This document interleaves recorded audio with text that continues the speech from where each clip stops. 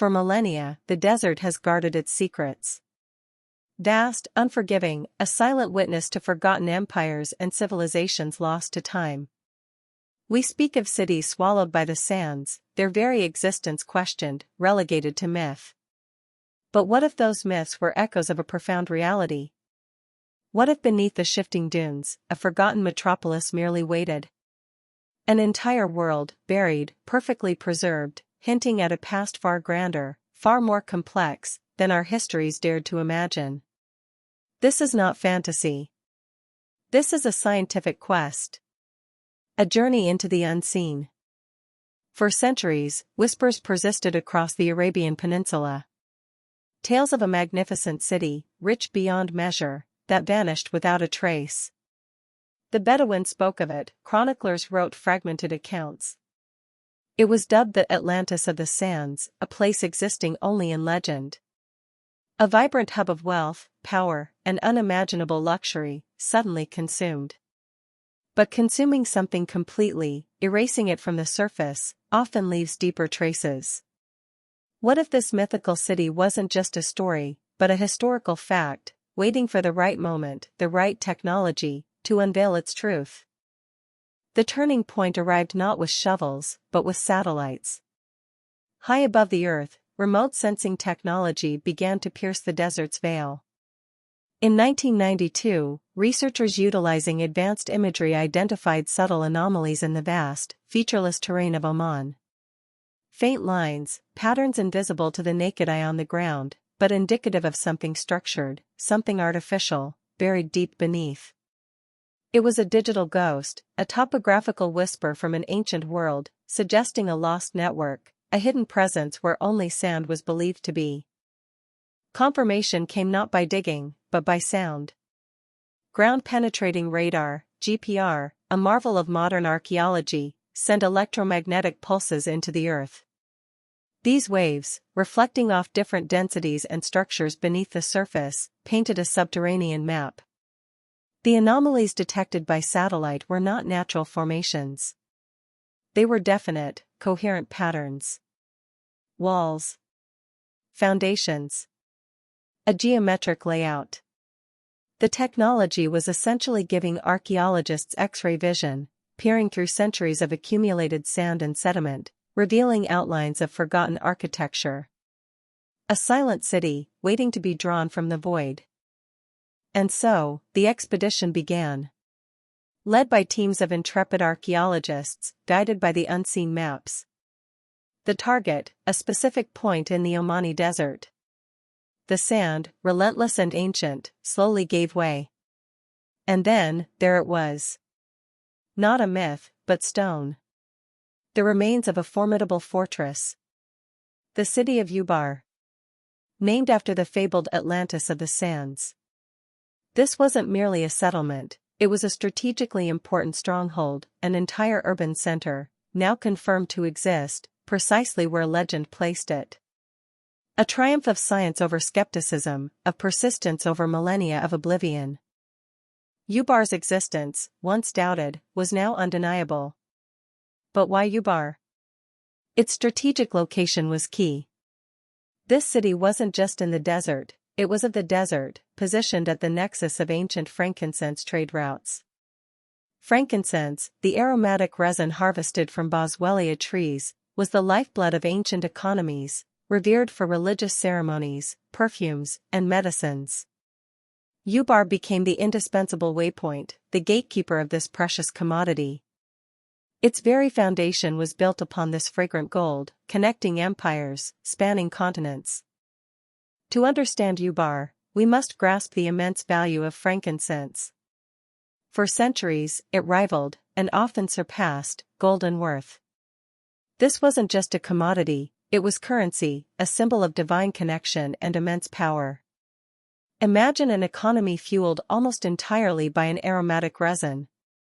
Ubar was at its heart. The scale of this trade is astounding, driving its prosperity and influence across the ancient world.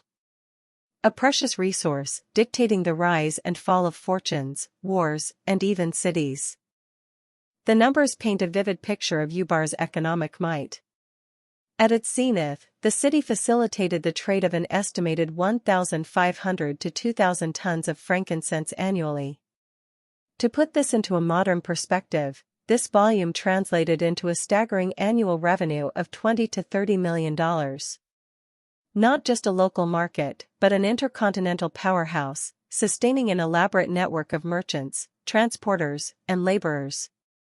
A single city in the harsh desert, orchestrating a global supply chain, its prosperity almost unimaginable today.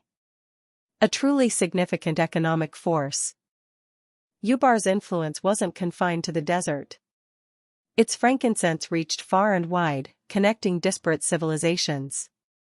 The trade routes extended north to the opulent courts of Mesopotamia, west across the vast Mediterranean, eastwards to the bustling ports of India, and even further, a faint but discernible connection to the distant empires of China. This wasn't just regional commerce, it was a foundational element of ancient globalization. A web of pathways, forged through sand and sea, carrying wealth, culture, and ideas. How did this extensive network sustain itself across such formidable distances, over so many centuries? This economic engine supported a substantial population for its time and location. Archaeological estimates suggest that Yubar, at its peak, housed between 5,000 and 10,000 inhabitants. A bustling city, a formidable center of human activity, thriving in an environment that seemed to defy such large-scale settlement. Merchants, artisans, guards, laborers, all contributing to the vibrant lifeblood of this desert metropolis. How did they manage to sustain such numbers, ensuring water, food, and defense in such a remote and challenging environment? The logistical challenges must have been monumental.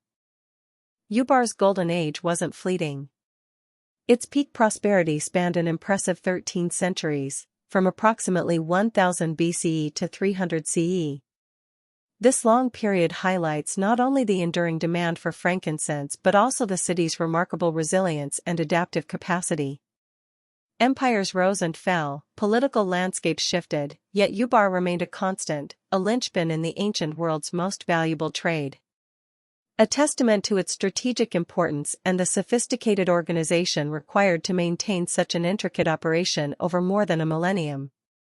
A beacon of stability amidst shifting powers. Beneath the bustling markets and strong fortress walls, an insidious danger lay dormant. The very geology that allowed Yubar to thrive, providing access to essential water sources, also harbored a hidden peril. Limestone, common in the region, is prone to erosion by underground water. Over millennia, this process creates vast, unstable subterranean caverns.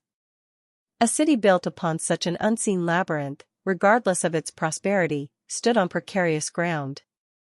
A silent countdown, ticking beneath the surface, unnoticed by its thriving inhabitants, until it was too late.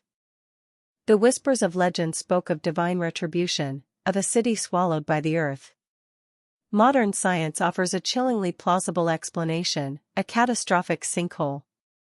The accumulated weight of the fortress, the constant traffic of caravans, perhaps a shift in the water table, any number of factors could have triggered the collapse of those underground caverns. The central part of the city, including its formidable defensive walls, simply caved in. A sudden, violent subsidence, plunging Yubar into the abyss, burying its heart beneath tons of earth and rock. An instantaneous erasure, leaving only silence. Geological studies of the region provide critical insights. They reveal a complex network of limestone caves, vast and interconnected, stretching for miles beneath the desert. Furthermore, seismic data has uncovered ancient fault lines, indicators of historical ground instability. This isn't theoretical, it's a structural vulnerability, a blueprint for disaster etched into the earth itself. The very ground Yubar stood upon was a delicate crust, a geological paradox of life-giving water and treacherous void. The city's demise was not an isolated incident, but a direct consequence of its deep geological foundation, waiting to be triggered. From the buried depths, evidence emerged. Pottery shards, bearing the distinct marks of ancient craftsmanship, telling stories of daily life and trade.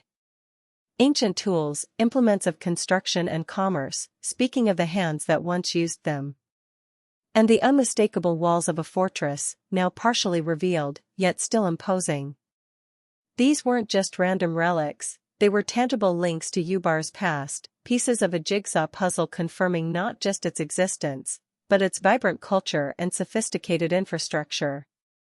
Each shard, each stone, a voice from the silent city, patiently waiting to be heard. To place Ubar's story accurately within history, precise dating was crucial. Carbon dating on unearthed artifacts provided irrefutable evidence, confirming the city's active period and the approximate timing of its demise. This scientific verification cemented Ubar's transition from legend to historical fact. The dates aligned with periods of significant trade activity and, chillingly, with geological indicators of ground instability. The story of Ubar, once shrouded in myth, now possessed a definitive timeline, allowing us to understand not just that it existed, but when and how it perished in the unforgiving desert.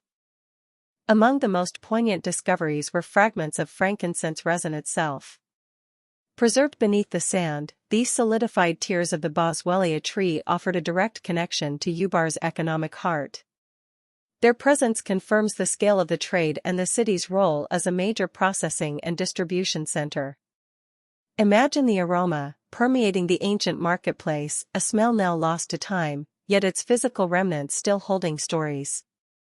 These resins are more than just artifacts, they are aromatic time capsules, linking us directly to the fragrant wealth of Ubar, a scent of a forgotten era. For much of Ubar's existence, the value proposition of frankincense was a unique one. While gold always held intrinsic worth, frankincense derived its value from cultural, spiritual, and medicinal demand across vast empires. It was consumable, fleeting, yet profoundly desired. Gold offered permanence and fungibility, frankincense, a transient luxury, driving immense wealth through its ritualistic and therapeutic applications. This comparison isn't about which was better, but how different forms of value fueled distinct economies and civilizations, placing Ubar in a category of its own, built on fragrant power. Ubar's inhabitants likely understood the challenges of their environment. But did they comprehend the specific, subterranean threat beneath their feet? Was the booming trade, the relentless flow of caravans, the increasing population, a factor in destabilizing the ground? Did the very pursuit of prosperity inadvertently seal their fate? We may never know the full extent of their awareness. But the story of Ubar serves as a potent reminder, even the most powerful civilizations, thriving for centuries, can be brought to their knees by forces unseen, forces they may have unwittingly provoked, ultimately leading to their downfall. The discovery of Ubar isn't just about finding a lost city, it's a testament to the transformative power of modern archaeology. Without satellite imagery and ground-penetrating radar, this legendary city might have remained just that, a legend. These technologies have fundamentally reshaped our approach to the past, allowing us to find what was once unfindable, to hear what was once silent. Ubar is a prime example of how scientific innovation can unlock history's deepest mysteries, proving that the tools of the future are essential for understanding the echoes of our distant past, bringing them into vivid focus. Ubar, the Atlantis of the sands, is found. Its story, partially told, now illuminates a crucial chapter in ancient trade and civilization. Yet, this incredible discovery only deepens the mystery of the vast desert. If one city, so profoundly important, could vanish and remain hidden for millennia, how many others still lie beneath the shifting dunes? What other empires, what other tales of triumph and tragedy, await the satellite's gaze, the radar's pulse? The sand holds an infinite archive. And we have only just begun to read its first pages, hinting at wonders yet to be revealed. The expedition to Ubar reminds us that history is not a static text, but a living, breathing landscape, constantly revealing new chapters. The quest for lost cities is a quest for ourselves, for the ingenuity, the ambition, and the vulnerabilities of past civilizations. As technology advances, as our understanding of geology and remote sensing deepens, more secrets will undoubtedly surface. The desert, once an impenetrable barrier, is slowly yielding its bounty. What marvels, what forgotten stories, what profound lessons will the sands reveal next? The greatest discoveries may still lie beneath our feet, waiting for us.